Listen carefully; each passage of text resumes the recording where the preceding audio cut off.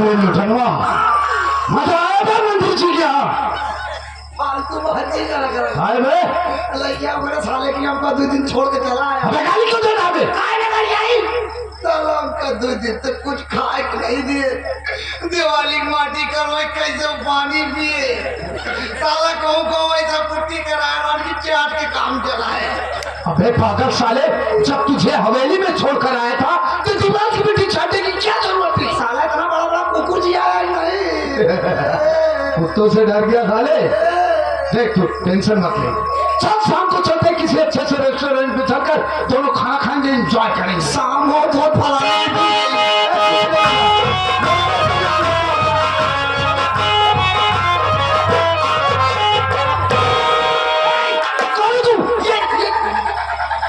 साहब हम आपसे सब कुछ सच बताएंगे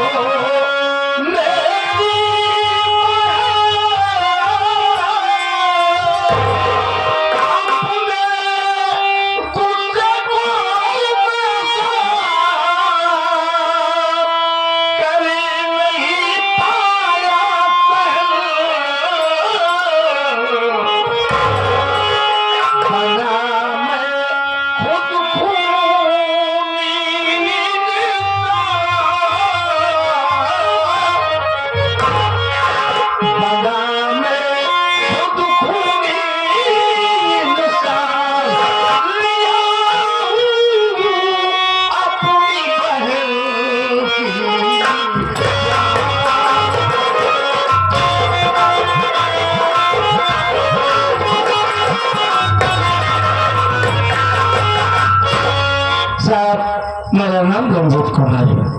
मैं इसी बलरामपुर गांव का रहने वाला हूँ। घर में मेरा लोग राजेश, धर्मपत्नी वंदना और राजेश से बड़ी बंदी साहब जिसका नाम बिमला था।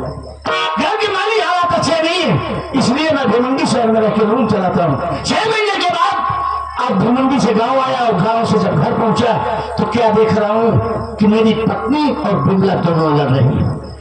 इस हद तक थी, देखने पर ऐसा प्रतीत हो रहा था जैसे एक दूसरे की जन्म की प्यासी। बड़ी मुश्किल के बाद छुड़ाने के बाद जो जानकारी हासिल हुई, पैरों तले जमीन खिसक गई। क्या हुआ सर? पता चला कि बिमला के पेट में नाजायज बच्चा पड़ गया। हाँ सर, झूठ नहीं बोलेंगे। जब इस बात को हम सुन पाए तो हमें बहुत गुस्सा आया सर। हमने बिमला को बहुत मारा। तो हमारी पत्नी भी बचाव करती हुई बोली, अगर आप इस तरह से इसे मारेंगे बात मोहल्ले में फैलेगी, मोहल्ले से गांव और गांव से पूरे इलाके में फैल जाएगी। समाज में दोनों भाई किसी के सामने उठने बैठने और मुंह दिखाने के लायक नहीं रह जाओगे। आप इससे प्यार से पूछो कि वो लड़का है कौन जिसे चाहती है। अगर ये बताती है तो हम उसके घर जाएंगे, उस लड़के से मिलेंगे, उसके माँ बाप से मिलेंगे। अगर वो लोग मांगे तो उसी के साथ इसकी शादी कर देंगे। इसकी जिद पूरी हो जाएगी और हमारा मान सम्मान बच जाएगा। बिल्कुल ठीक कहा उसने। सर मुझे उसका सुझाव अच्छा लगा। हमने बिमला को बड़े प्यार से बुलाया और जानना चाहा कि आखिर वो लड़का है कौन जिसे ये चाहती है। सर ना जाने बिमला के दिमाग में कौन सा फितूर चल रहा था, वो मेरे हर सवाल का उल्टा जवाब देती गई सर। और मैं अपना आपा खो बैठा। मैंने उसका सर जो है धड़ से अलग किया और मुंडी लेकर अपने आप को सरेंडर कर दिया।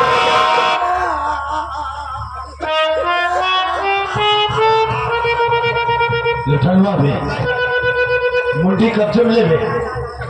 मैं कहता हूँ मुंडी कब्जे में।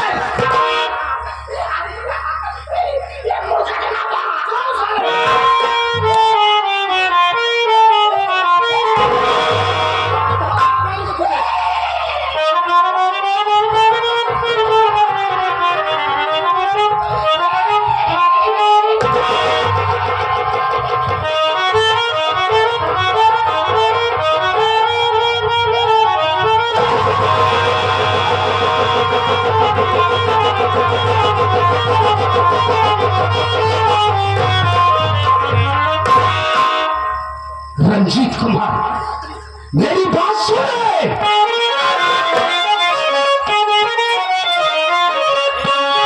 अभी दिखाकर गुस्से का तुझे, दिखाकर गुस्से का तुझे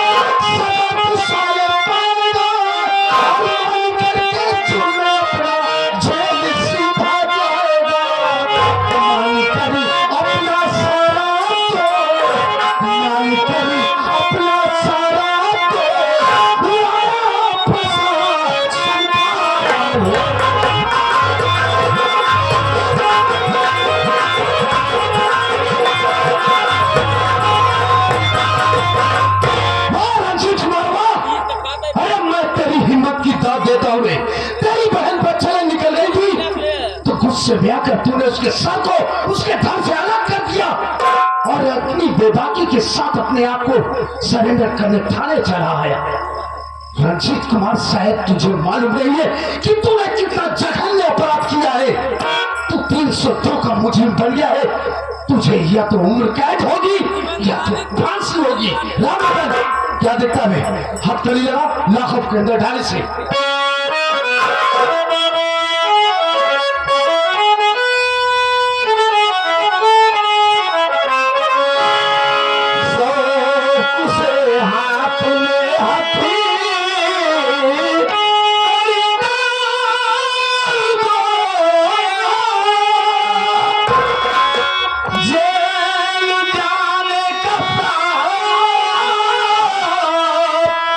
नहीं मुझको गम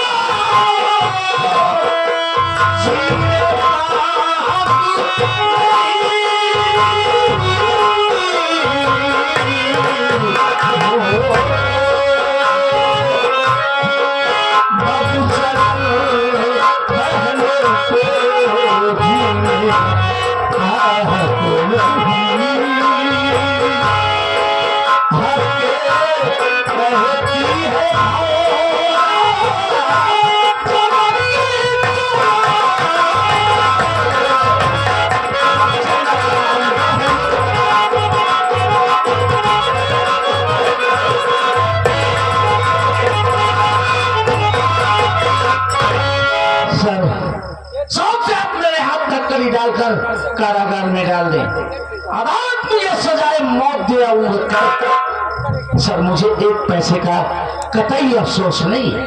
और एक बात बता देता हूँ, मालिक ने मुझे कोई एक आध बहन और दिया होता और यही पाप करती तो मैं उसे भी मौत के घाट उतार देता।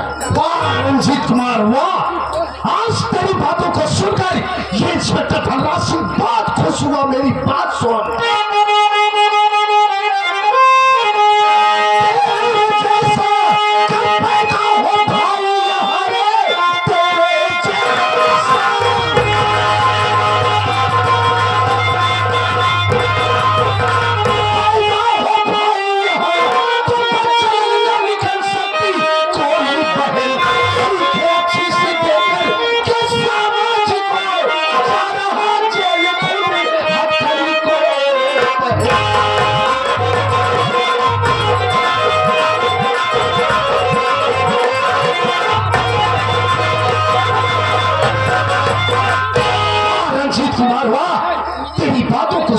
मैं बहुत खुश हुआ। आज तुम्हें अगर इस दुनिया में तेरे जैसा भाई पैदा हो जाए तो कोई बहन बेटी ऐसा गलत कदम उठाने की कभी कोशिश नहीं करेगी।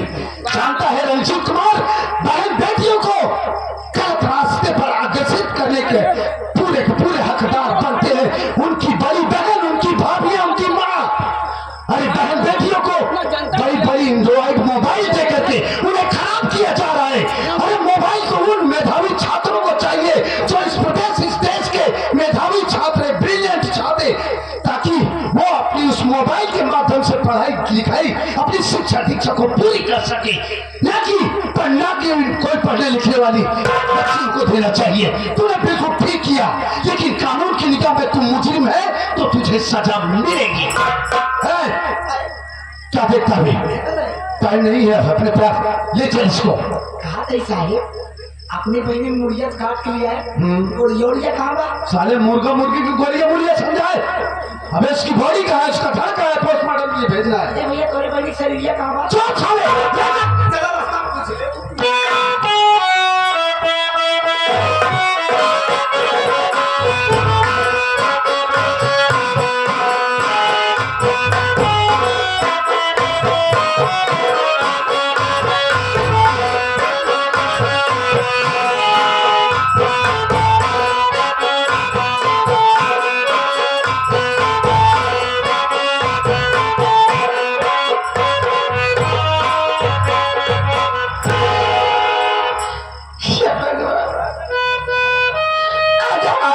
कितना बड़ा हादसा हो गया, नहीं सहन कर पाए घर का अपमान और ले लिए अपनी बहन की जान।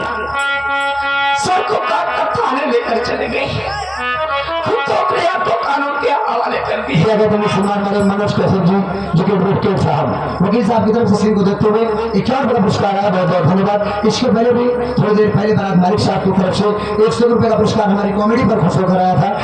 बरात मालिक साहब को बहुत बहुत धन्यवाद, आशीर्वाद कामना।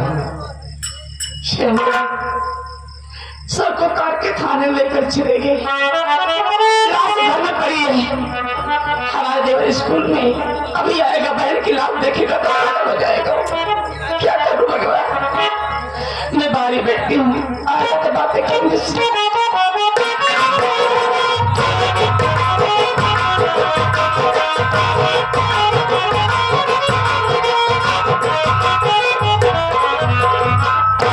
प्रणाम भाभी माँ।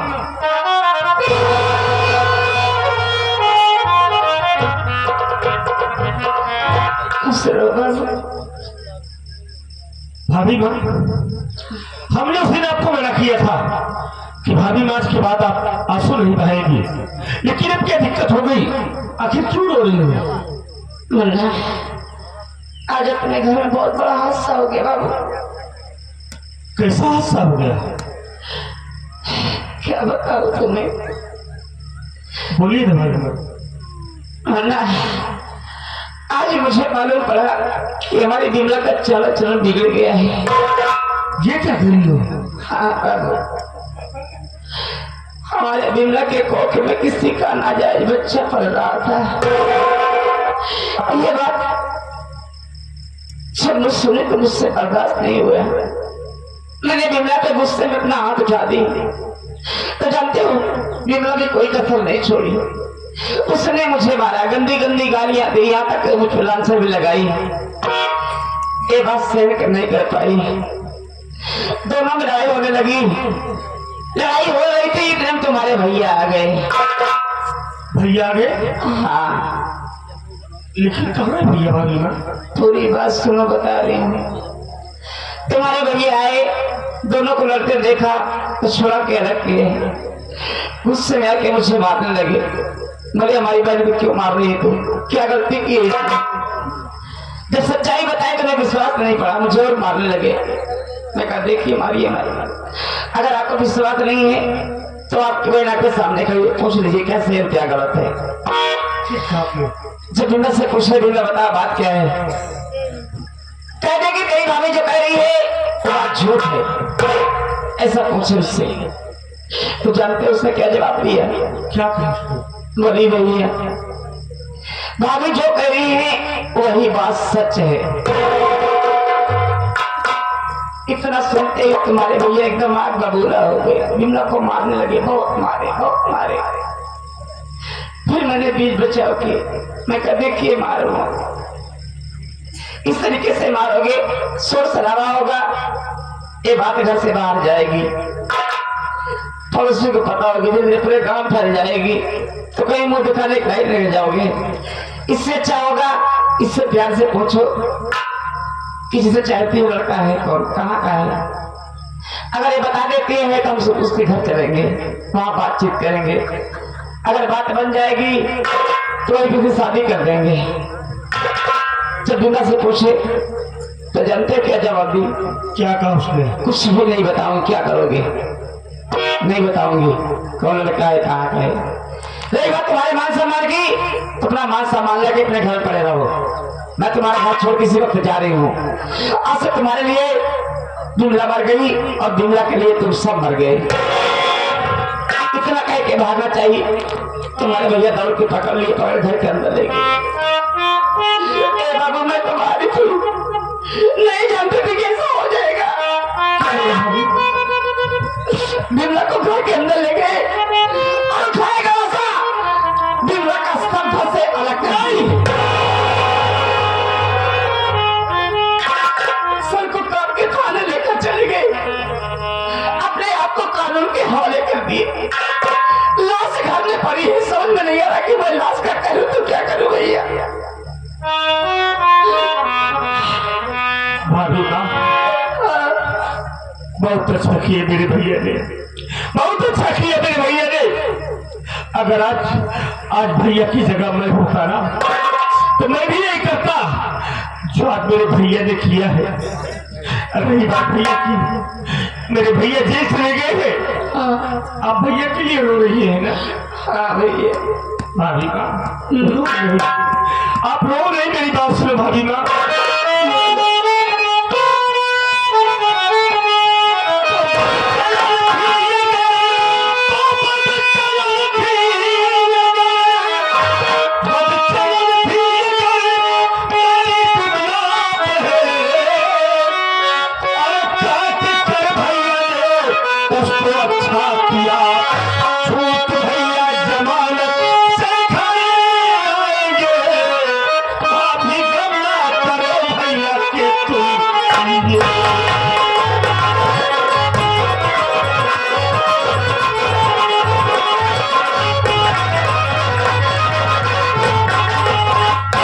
अरे भाभी माँ बहुत अच्छा किया मेरे भैया ने।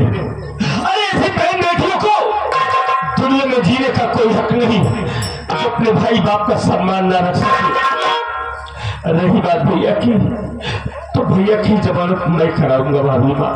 कहाँ से कराओगे बाबू? अरे भाभी क्यों चिंता करती है आप? भाभी माँ मैं अपनी पढ़ाई बंद कर दूंगा, अपनी पढ़ाई नहीं पढ़ूंगा आपसे, मेहनत मजदूरी करूंगा, कुछ भी करूंगा, मैं हर काम करूंगा जिससे मेरे भैया की जमानत होगी। भाभी माँ आप भैया की चिंता न करें।